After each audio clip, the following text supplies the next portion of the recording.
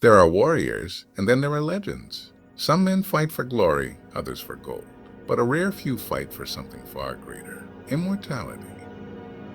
In the crucible of ancient war, 10 Roman generals rose above the noise of blood and chaos. Their brilliance was so undeniable that even their enemies, men sworn to destroy them, laid down their pride and whispered their names with reverence. They were the architects of conquest, the tacticians of destiny, the living embodiment of Rome's iron will. And though centuries have passed, the echo of their genius still marches through time. There are moments in history when time seems to hold its breath, when the clash of swords fades, and what remains is the brilliance of a single mind. A man who sees not the chaos of battle, but the rhythm beneath it. Rome was built by such men. They were not born of comfort or privilege, but of struggle, molded by the relentless tide of war. They stood upon the ashes of fallen empires and whispered to themselves, "I will not be forgotten." And so began the march of Rome's great strategists, men whose intellect carved an empire from dust and dream alike. Scipio Africanus, the man who learned from his enemy. When the world trembled before Hannibal, Scipio studied him, not as a foe, but as a master. He watched, he listened, he adapted, and when the day came on the plains of Zama, Scipio didn't just defeat Hannibal, he mirrored his genius. It was not brute strength that won that day, but understanding, respect. A duel of minds where even Hannibal, the lion of Carthage, bowed to the brilliance of his rival. That was the essence of Rome's genius: to learn, to evolve, to rise. Gaius Marius, the reformer, took broken legions and turned them into a machine. He gave common men, farmers, tradesmen, wanderers, a chance to serve, to fight, to earn the name of Roman. It was innovation born from necessity, and it changed everything. Through Marius, Rome learned that strategy wasn't just about the battlefield. It was about the heart of the army itself. These men didn't fight for power alone. They fought for mastery. Mastery of war, of fate, of history. They saw what others could not. That the true battlefield was the mind. Lucius Cornelius Sulla, cold, brilliant, and ruthless. His enemies called him a tyrant. Yet even they marveled at his precision. He turned unpredictability into a weapon, chaos into order. Every move was deliberate, every strike inevitable. To face Sulla was to fight not a man, but inevitability itself. Rome's greatest generals wielded strategy like others wielded a blade, with elegance and patience. To them, war was an art form painted in the language of movement and morale. They knew when to advance, when to hold, when to wait for the perfect storm. They didn't need luck, they created it. And yet, beneath that steel and intellect, there was humanity. They were men haunted by the lives they commanded, by the weight of their choices. Every victory was paid for in blood and silence. Every triumph left ghosts in its shadow. Still, they endured. Because they understood one truth, that Rome was not merely a city or an empire. It was a vision. A vision that demanded sacrifice, demanded genius, demanded men who could outthink death itself. So when the dust settled over battlefields like Cannae, Zama, or Pharsalus, when the banners fell and the cries faded into the wind, it was their minds that lingered, etched forever into the memory of mankind, because brilliance leaves a mark that no sword can erase. And as centuries pass, when we speak of strategy, of leadership, of the boundless edge of human will, we still whisper their names: Scipio, Marius, men who taught the world that true power does not war with things. These were the masters of war, not because they conquered others, but because they conquered themselves. There are victories that bring glory, and there are victories that bring respect. The men of Rome, these commanders of fate, earned both, not because they crushed their enemies, but because they made even their enemies pause and admire. In a world where mercy was weakness and defeat meant death, these generals carried something rarer than power: honor. They understood the truest form of greatness is not demanded through fear, it's earned through character. Take Gnaeus Pompeius Magnus, Pompey the Great. A man so disciplined, so precise, that even his foes described him as a commander touched by destiny. He could end a rebellion in weeks that others could not crush in years. When he entered conquered cities, he forbade the slaughter of innocents. His men followed him not because they feared his wrath, but because they trusted his judgment. Even kings, once his enemies, called him a man of justice, an emperor of restraint. And then there was Germanicus, Rome's golden sun. In the forests of Germania, surrounded by darkness and vengeance, he fought not for conquest, but for the dignity of Rome. He treated even defeated tribes with respect. honoring their courage, their spirit. When his soldiers buried the bones of their fallen comrades from the Varus disaster, it was Germanicus who stood beside them in silence, tears in his eyes, the weight of Rome in his heart. His enemies saw it, and they knew. This was not arrogance. This was leadership. For these men, war was not about destruction. It was about order. They believed that a true Roman victory was one that turned chaos into civilization. They built roads where others left ruins, brought laws where others left ashes. And in doing so, they carved out something far greater than empires. They carved out respect. Even Julius Caesar, the most polarizing of them all, commanded admiration from the very men who sought his hand. In Gaul, when he faced tribes who outnumbered him 10 to 1, he did not mock them. He studied them, he understood them, and when he won, he honored them. His enemies wrote of his brilliance, not out of fear, but out of awe. Because in him they saw a man who embodied the power of Rome and the patience of a god. It is one thing to conquer a people. It is another to win their respect. The great commanders of Rome walked that razor's edge between ruthlessness and reverence, between dominance and dignity. They knew that fear fades, but respect endures. And perhaps that is why, even after centuries of war, betrayal, and blood, their enemies could not hate them completely. Because behind the iron and ambition, they saw men who believed in something greater than victory. They saw men who believed in Rome. The single trumpet echoes, solemn, proud. They fought, they bled, they built, not just an empire of land, but an empire of legacy. An empire where even the conquered could look upon their conqueror and whisper with reluctant reverence, he was a Roman. There are wars won with courage, and there are wars won with creation. Rome's greatest generals understood both. They did not merely fight battles, they designed them. To these men, the field of war was a canvas, and innovation was their brush. They saw what others couldn't. They dared what others wouldn't. When Gaius Julius Caesar stood before the mighty Rhine, he did not wait for bridges to be built by time or permission. He commanded his engineers to raise one across the raging river. In 10 days, they did the impossible. Timber, nails, sweat, and Roman will carve a path across waters no army had ever crossed.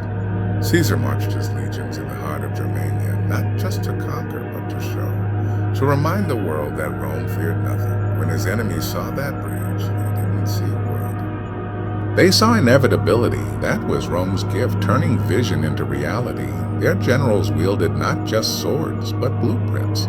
Not just orders, but ideas. Under Trajan, legions moved mountains, literally, carving roads through forests, tunneling through stone, bridging rivers that had never known the touch of civilization. His campaigns in Dacia weren't just feats of conquest, they were feats of engineering.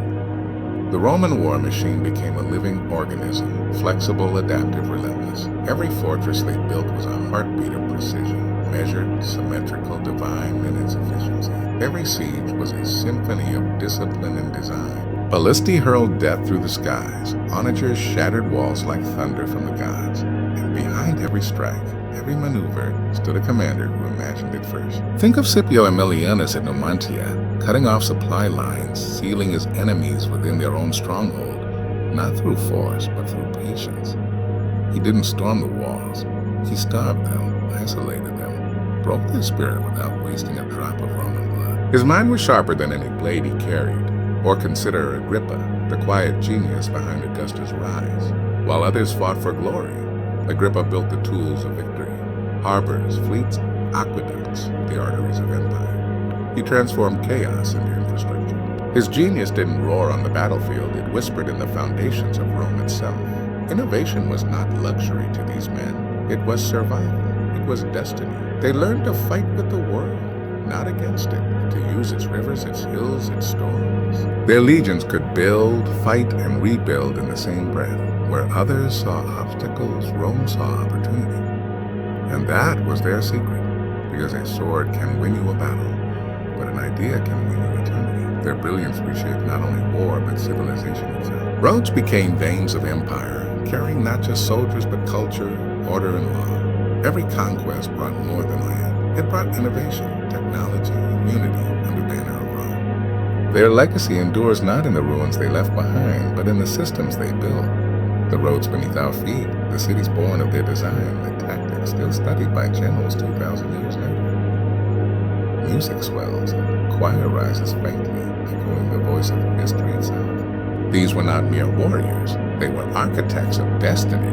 They looked at the chaos of the world and imagined something greater.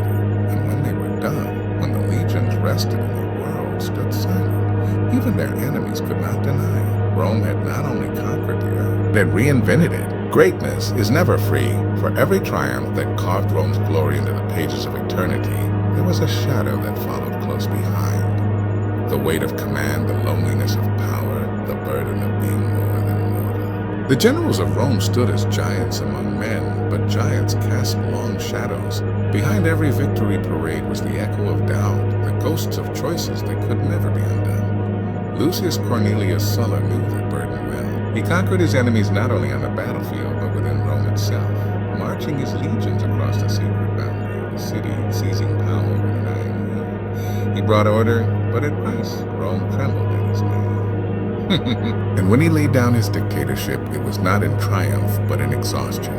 For what man can hold the world in his hands and not feel its weight crushing? And Julius Caesar, the name that still shakes history, he was the embodiment of Rome's ambition, brilliant, daring, unstoppable. But with every victory came isolation. His legions adored him, his enemies envied him, and his allies betrayed him. The Senate feared that his crown of laurel would become one of gold. When the knives fell on the Ides of March, they were not killing a man. They were killing the dream of what power could become. And yet, in his final breath, Caesar proved something eternal. That greatness invites not just admiration, but envy, fear, and fate itself. Even the noble Germanicus, beloved by the people, could not escape it. He fought not only barbarians beyond the Rhine, but whispers within the empire, rivals who feared his rise.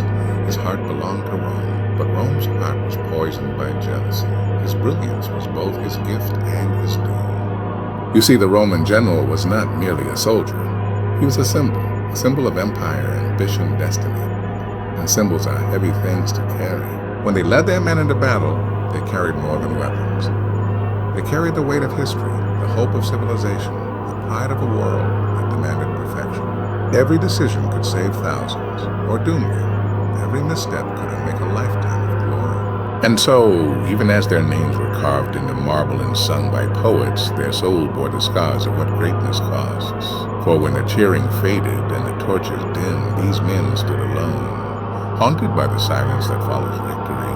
That is the cruel paradox of empire. The same fire that lights the world can also consume the hand that holds it. Rome's greatest commanders burn brighter than all others, but every flame, no matter how fierce, eventually fades into ash. Yet perhaps that is why we still remember it. Not because they were flawless, but because they dared to carry the unbearable weight of greatness. They faced the burden of gods and paid the price of men. And in that silence, history listens, because even the echoes of their struggles still remind us that the road to immortality is paved with sacrifice. Empires rise and empires fall, but greatness, true greatness, never dies.